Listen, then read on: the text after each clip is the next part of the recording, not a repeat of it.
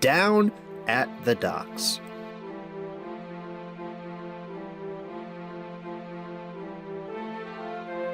Peep, peep, everyone sure looks busy today, thought Thomas.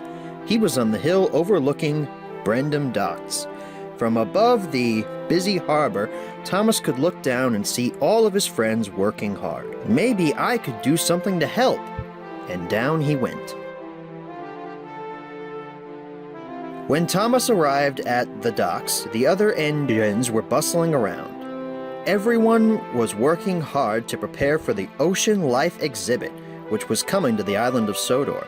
James and Cranky the Crane were busy unloading a big shipment of ocean plants. The plants would be put in the fish tanks to make the fish feel at home. "Can I help?" asked Thomas.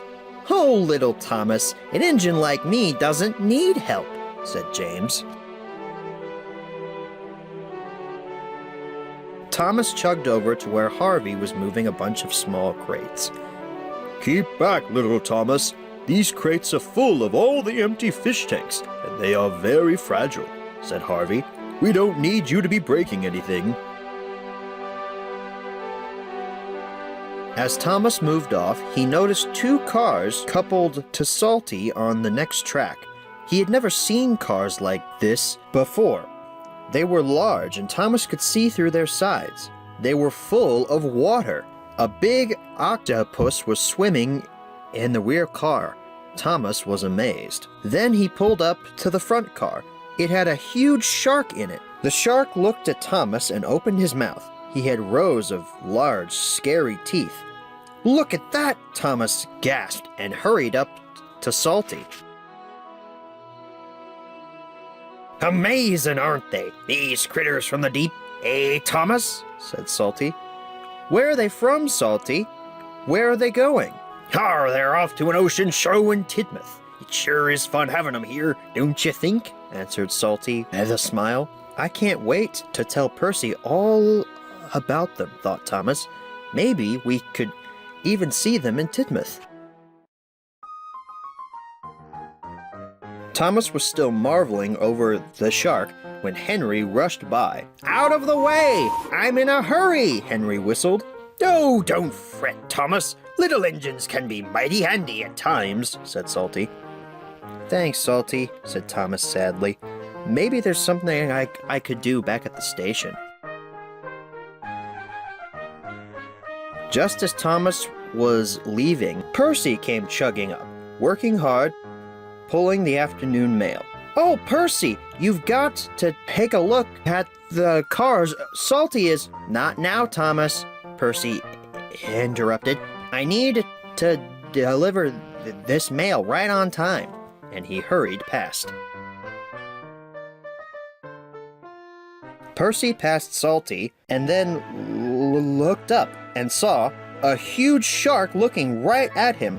"Yikes!" he tooted loudly and rushed forward. Percy was so surprised and scared that he didn't look where he was going. Henry was stopped ahead of him on the same track. He was waiting for Harvey to cross with his fragile load. Percy ran right into Henry, pushing him up the track, right toward Harvey's cargo of fish tanks. "Watch out!" tooted Henry. Harvey looked back and saw Henry rushing straight at him.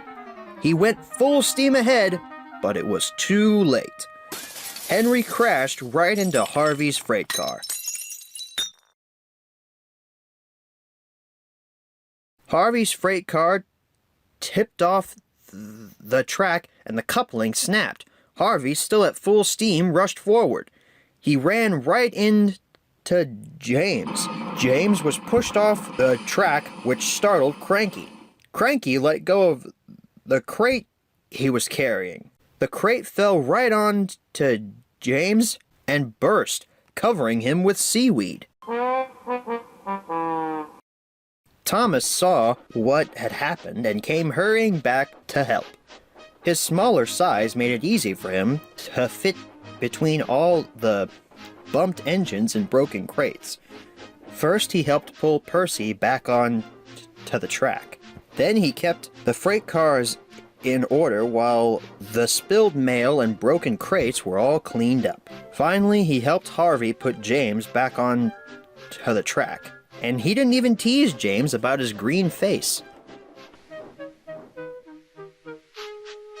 Later, when everything was in order again, he went to look at the shark, whose car was sitting on a siding. Salty pulled up beside him.